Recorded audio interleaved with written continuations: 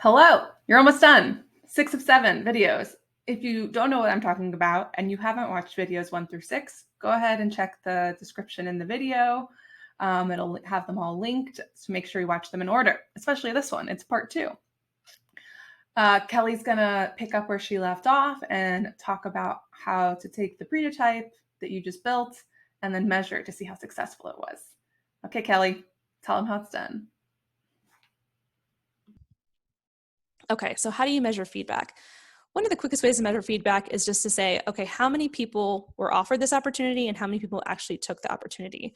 So if you're like, for instance, to use Rent the Runway as the example, like how many people saw these dresses in this pop-up shop and how many people actually rented a dress in this pop-up shop? So that'll give you a percentage about how many people were interested. That's just a level of interest. Quick caveat to that though, if this is something that does require ongoing interest, for instance, people have to come back over and over again for it to be profitable, make sure you keep that in mind. Other way to test the level of interest is something called this market engagement hypothesis, which we'll talk about in more detail. It's basically going to allow you to think about what are your expectations for this, what's your idea, and how do you test it. So additional prototyping tools of the market engagement hypothesis and HypoZoom. So market engagement hypothesis. Let's think about Netflix. So what's the original idea for Netflix? It's essentially, before it was what it is now, this streaming service, it was essentially in-mail DVDs that you could get for a flat fee every month. So mailing DVDs, return the DVDs, and every month is just $10. So how can we express those assumptions? We could just say it's this like mailing DVDs service. But an easier way to express this would be in a hypothesis. So in the hypothesis, you're actually guessing on who is the customer and what value you're providing. So a good market engagement hypothesis would be if we combine mail-based delivery of DVDs with a flat monthly rate and no late return fees, a lot of people will sign up for us instead of renting from video stores. So now we have a good idea of exactly who the customer is. There's people renting from video stores, and who we think value we're providing is that we combine this mail-based DVDs with a flat monthly rate and no return fees. That's our value that we're providing to people who rent from video stores. But that is a good hypothesis. It's better than just saying basically the features of what Netflix does, but you can make it more specific in order to test because, a lot of questions come up with this market engagement hypothesis. So, a flat monthly rate, what is that? What is a lot of people? So those questions, if you make them more specific, you can have an XYZ hypothesis. So an XYZ hypothesis is basically at least X% of Y will Z. So at least some percentage of your customer will Z, which is Z is going to be like see your value or pay the money for whatever value you're providing.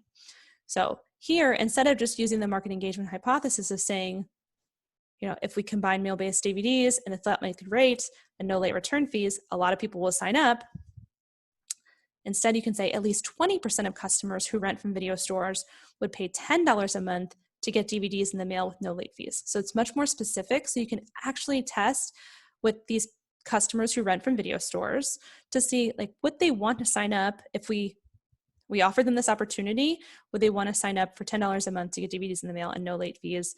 And the hypothesis is basically this percentage is just a guess. You can say a number based on whatever you think you need to get for the engagement level that's going to be relevant for your company and for your customer. But putting a guess out there makes it easier to test. So if we're going to say, we're going to send this to 100 customers, we think at least 20 of them will be interested. There's ways to iterate on that, but at least you have somewhere to start. But we can get even more specific than this because we have a HypoZoom. So the HypoZoom, instead of just saying customers who rent from video stores, you're actually going to zoom in on who that customer is and test with someone specific. So when I just said we'll have 100 different customers that we'll talk to, 20% of those customers would pay this amount. Here, instead of with a HypoZoom, you can actually zoom in on who exactly, which store it is, who you're talking to, specifically reach out to customers at that store and actually test with them. So here's another example of that as well. So another idea is, say there's this device that avoids air pollution. So an original hypothesis is some people who live in polluted cities would be interested in a reasonably priced device to help them monitor and avoid air pollution. So again, it's good. It's talking about, this is what we think our idea is, that this customer, people who live in very polluted cities, would be interested in a reasonably priced device to help them with the value of monitoring and avoiding air pollution. So that's the value and the customer. But again, it's kind of fuzzy, so we don't exactly know how to test it. So the XYZ hypothesis helps. So let's say at least 10% of people who live in cities with an AQI level greater than 100 will buy a $120 portable pollution sensor, where AQI is the air quality index. So now, instead of just saying some people, it's 10% of people, instead of just saying a very polluted city, we're saying, okay, it lives in a city with an AQI greater than 100. And instead of saying reasonably priced device, we know exactly how much we're going to put on this, how big of a price tag we're going to put on this device to see if people would actually buy it. So again, we can hypozoom it to better test. Like I was talking about with the Netflix example, you could just go to a specific store and test with that store. Here, to hypozoom it to better test it, we're going to understand who do we have access to?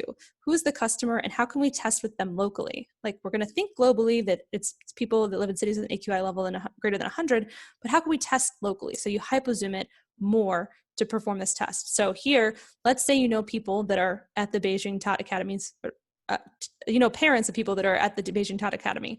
So if that's somebody you know or a resource you have, then now you could hypozoom that. So instead of just saying this, anybody in these cities with an AQI greater than 100, well, it's Beijing, and we're actually going to go to the specific place and test with these people to see, would at least 10% of them who live in this city that has an AQI greater than 100 be interested in buying this portable device? So you could actually talk to those customers, or there's other ways to test that too, where you incorporate prototypes. So you could potentially do, let's say, a fake door with them, or so you could run marketing campaigns specifically to these specific parents, or you could email them and bring them an email message to say, would you sign up for this for a pre-order of this device on our website?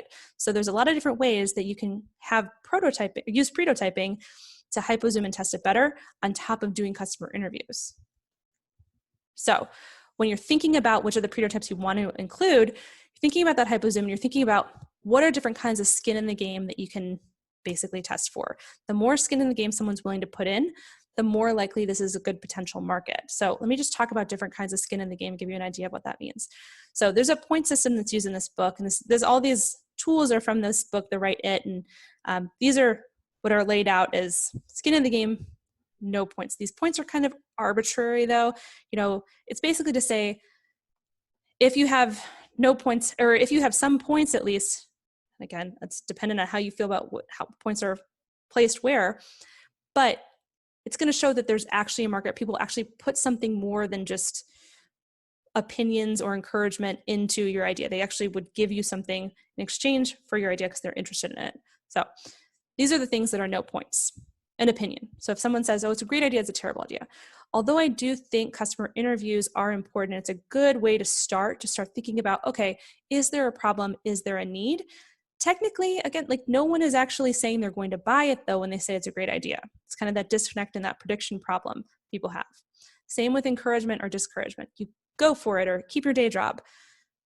It's not necessarily saying anything one way or the other if people would or would not buy it. So throwaway or fake email addresses or phone numbers, no points. Someone gives you like, this is my throwaway email at Yahoo, or probably like any email at Yahoo, then probably, that's not skin in the game. Comments on social media, if you have likes or comments, that's not necessarily, again, saying that anybody would like it. Surveys, polls, interviews, here it's no points. Just again, I don't necessarily think that it's not valuable at all to talk to customers. I think it's very helpful, and it is a good way to like weed out ideas and let's see if there's even a pain. And it's also great to see what are the priorities when you're building, but it's not necessarily going to give you the same kind of evidence that there's a market as these things will. These are some points. So if you have some sort of prototype that requires an email address, or someone puts their email address on your website or sends it to you or signs up with you, that's 1 point for every email address. Someone gives you their phone number with the explicit understanding that you're going to call them for product updates and information, that's 10 points. Any time commitment they're making, that's 1 point per minute. So if someone signs up to do a 30-minute product demonstration, that's 30 points. So cash deposit, 1 point per dollar. So pay $50 for the waiting list, that's 50 points. Placing an order, that's 1 point per dollar too. So you pay $250 to actually buy one of the first 10 units, that's 250 points. So again, these points are kind of arbitrary because it's not to say, I don't have a number in mind to say, if you hit 500 points, you got it. You've got to market and move forward. That's never going to be an exact formula for this. It's just helpful to see, okay, how much can I tell that there's a market? Because when people put money down, it's a lot more important than just putting time down. When people put time down, it's more important than just giving their email or their phone number. And you can see how that kind of builds on each other, that, you know, you're looking to see more skin in the game to see that there is a market with these prototyping. Okay, so just to give you an example, which is better? If you have a YouTube video with 140,000 views and 20,000 likes, or a YouTube video with 8,000 views, 80 emails, and 20 orders of $120 each. So obviously the first one seems great. Lots of views, lots of likes. But when it comes down to translating into a market, if you haven't actually asked someone to sign up for an email after your sign up or give you their email after a video, or you haven't asked them to order on your website after a video, you don't really know if these likes or these views are artificial. Again, maybe somebody just liked the video. Maybe it's a funny video or good branding. But the second one, even though it's less views, it actually shows you how much people care. Like, it shows you that someone's willing to buy your product. Okay, so after you feel like you do have some sort of idea of what you want to do, you have some sort of product, you should still be in discussions with early stage customers and talk about it as you're building, because it's important to build while you're taking feedback. So that's testing your MVP, your minimum viable product. When you're building it, if you build, even if you think like through prototyping tasks that you've created something there's a market for, when you're creating it, you want to just make sure that you're using this lean methodology to or a build, measure, learn loop to make sure that all the features satisfy these early adopters. So your final design should only be created after considering the feedback on your MVP. So this build, measure, learn loop is essentially you build as little as possible, you measure feedback from your early adopters, you learn from that, iterate, build more. And then you measure, learn, loop. And that is basically how you should be creating your final product. So feedback also should not just be from the early adopter group, but your beta testers. So I kind of mentioned this when we talked about Dropbox, but your beta testers understand that they're giving feedback on the final design and that this is not necessarily the final design itself. And that way they're also prepared for bugs and anything that should go wrong. They know that they're providing feedback, and it's actually kind of great too if they're in your early adopter market. If beta testers feel like they had some sort of impression on your final design, they can also be really great evangelists for you down the line with your brand. So what questions should you ask the beta testers when they're giving you feedback? Things like, what do you like? What do you not like? What could be improved? What do you like about using this? What value would this provide you? That kind of stuff. Just learning more about what they think about the product itself. So also another great way to do this, if you can watch, instead of asking them questions, you can figure out, is this something that works for them? So is it intuitive? And a good example of this is Airbnb. They actually were not doing a great job in their business. They were close to failure. And then they actually visited some of their customers to see how they were using their website. And they noticed just by watching them, instead of actually asking them questions, just watching how they use the website, that what they thought was intuitive was not necessarily intuitive to their customers. So they changed that, iterated on that, and then were able to move forward in a more successful way. Okay, I'm going to go through all this from the beginning with an example from the Write It, and it's called Bus You. So essentially, let's just think you have an idea for a business. It's very early stage, you have an idea. And I'm going to say that, well, the example is it's classes on a bus for working professionals who have long daily commutes. So Bus University. Okay, instead of just saying the idea, we're going to put in an MEH, or market engagement hypothesis. The hypothesis is a lot of working professionals would take a class on a bus on their way to work. So the market engagement hypothesis still hits on who the customer is, like what value you'd be providing or what you want to do for them, but it's not giving you a clear way to test. So the XYZ hypothesis. Let's say instead of just a lot of working professionals, that at least 2% of working professionals who have a commute specifically over an hour to work would spend specifically $3,000 to take a 10-week professional development course at least once a year. So this is a lot better. It's a lot easier for us to test this. But we can hypozoom this more, right? So we can hypozoom and say, let's just not say 2% of working professionals. We're not going to test globally. We're going to think globally like that, but we're going to test locally. So we could instead say that working professionals who have a commute of over an hour longer actually becomes Google employees who commute from San Francisco to Mountain View.